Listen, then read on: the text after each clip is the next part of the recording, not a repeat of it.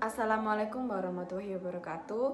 Perkenalkan, nama saya Cecilia Agustina. Saya dari Manajemen Semester 4 NIM 22020033. Di sini saya akan menjelaskan bab tentang penafsiran dan biaya.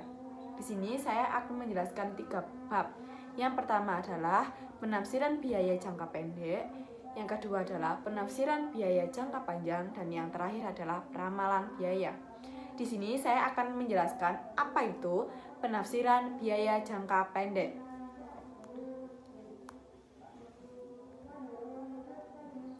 Penafsiran biaya jangka pendek merujuk pada penggunaan inferensi biaya untuk pengambilan keputusan dalam jangka waktu yang pendek, biasanya kurang dari 1 tahun. Ini melibatkan penilaian biaya-biaya yang berkaitan dengan kegiatan atau proyek dalam jangka waktu yang relatif singkat.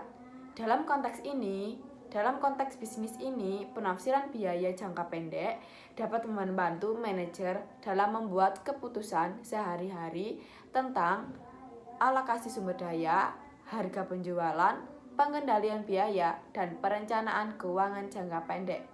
Ini juga dapat membantu dalam evaluasi kinerja operasional dan membuat keputusan tentang penghentian atau lanjutan suatu kegiatan atau proyek.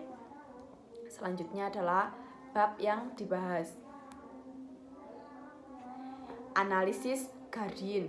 Analisis Gradient adalah metode analisis yang digunakan dalam ilmu politik dan hubungan internasional untuk menggambarkan hubungan antara dua negara atau pihak dalam konteks diplomasi atau kebijakan luar negeri. Istilah ini disebut gradient analysis. Pertama kali yang diperkenalkan oleh ilmuwan politik yang bernama Kenneth Switch dalam bukunya yang berjudul Theory of International yang ditemukan pada tahun 1970.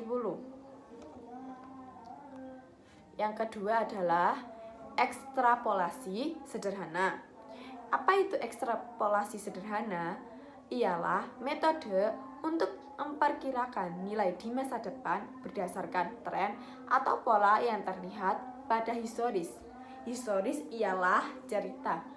Metode ini melibatkan proyeksi atau perpanjangan garis tren dari data yang telah diamati ke masa depan tanpa mempertimbangkan faktor-faktor kompleks tambahan. Yang ketiga adalah analisis gradient dengan beberapa observasi. Identifikasi negara atau pihak yang akan dianalisis. Analisis hubungan saat ini, identifikasi faktor-faktor tertentu, identifikasi taman dan semak belukar, evaluasi dan rumahan saran kebijakan. Yang keempat adalah analisis gradient dengan data runtut waktu, mengacu pada penggunaan teknik regresi untuk memahami dan memodelkan hubungan antara variabel dan memodelkan rangkaian data yang dikumpulkan secara berurutan sepanjang waktu. Ini sering digunakan untuk menganalisis tren, pola, dan hubungan konsultasi dalam data runtut waktu yang seperti data ekonomi, keuangan, atau sosial yang dikumpulkan secara terbuka. Yang terakhir adalah studi-studi perilaku biaya jangka pendek. Studi-studi perilaku biaya jangka pendek adalah mengacu pada penelitian yang bertujuan untuk memahami bagaimana biaya-biaya perusahaan berperilaku dalam jangka waktu yang singkat. Biasanya kurang dari 1 tahun. Tujuan utamanya adalah untuk menganalisis bagaimana perubahan dalam tingkat produksi atau aktivitas perusahaan mempengaruhi biaya-biaya yang dikeluarkan oleh perusahaan tersebut.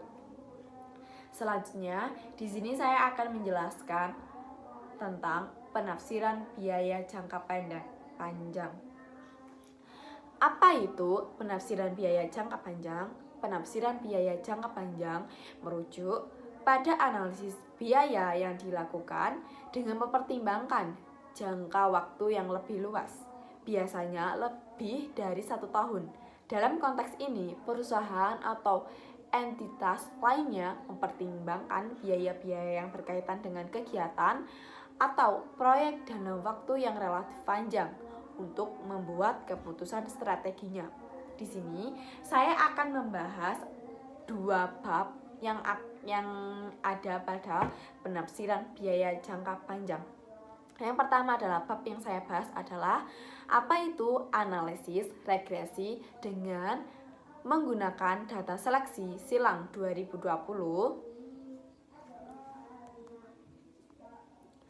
Analisis regresi dengan menggunakan metode seleksi silang atau yang disebut dengan cross validation adalah pendekatan yang digunakan untuk menguji dan mengevaluasi kinerja model regresi dengan cara membagi data menjadi subset yang berbeda.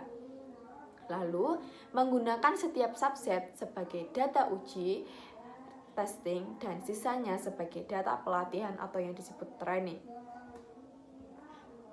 Yang kedua, saya akan menjelaskan apa itu studi-studi penafsiran biaya jangka panjang. Analisis biaya investasi jangka panjang, perencanaan dan pengelolaan biaya dalam jangka panjang. Analisis total biaya kepemilikan, total atau yang disebut dengan cost of ownership. Analisis biaya kesehatan perawatan atau yang disebut dengan healthcare cost analysis. Evaluasi kinerja biaya dalam jangka panjang. Dan yang terakhir, saya ingin membahas apa itu peramalan biaya. Peramalan biaya adalah proses untuk memprediksi atau memproyeksikan biaya-biaya yang akan dikeluarkan oleh suatu entitas bisnis atau organisasi pada periode waktu tertentu di masa depan. Tujuan dari peramalan biaya adalah untuk membantu manajemen dalam merencanakan dan mengaplikasikan sumber daya finansial secara efektif, secara untuk membuat keputusan yang tepat terkait dengan kegiatan bisnis. Di sini saya juga akan membahas 3 peramalan biaya. Yang pertama adalah perubahan produktivitas. Perubahan produktivitas faktor produksi adalah penting dalam menentukan pertumbuhan ekonomi suatu negara atau kesuksesan suatu perusahaan. Peningkatan produktivitas dapat meningkatkan daya saing, mengurangi biaya produksi, dan meningkatkan standar hidup secara keseluruhan. Oleh karena itu, sering berupaya untuk mendorong inovasi investasi dalam infrastruktur dan pengembangan tenaga kerja untuk meningkatkan produktivitas faktor produksi. Yang selanjutnya adalah perubahan harga produksi. Apa yang dimaksud dengan perubahan harga produksi adalah faktor produksi merujuk pada fluktuasi atau perubahan dalam harga yang harus dibayar untuk menggunakan faktor-faktor produksi seperti tenaga kerja, tanah, modal, dan bahan baku dalam proses produksi. Yang selanjutnya adalah saya ingin membahas penafsiran kurva training. Apa yang dimaksud dengan penafsiran kurva training? Ialah belajar kurva atau yang disebut dengan learning adalah konsep yang menunjukkan hubungan antara jumlah produksi atau waktu dengan biaya produksi atau produktivitas. Konsep ini menyatakan bahwa semakin banyak suatu tugas dilakukan, semakin efisien orang atau organisasi tersebut dalam melaksanakan tugas tersebut. Sekian, terima kasih. Wassalamualaikum warahmatullahi wabarakatuh.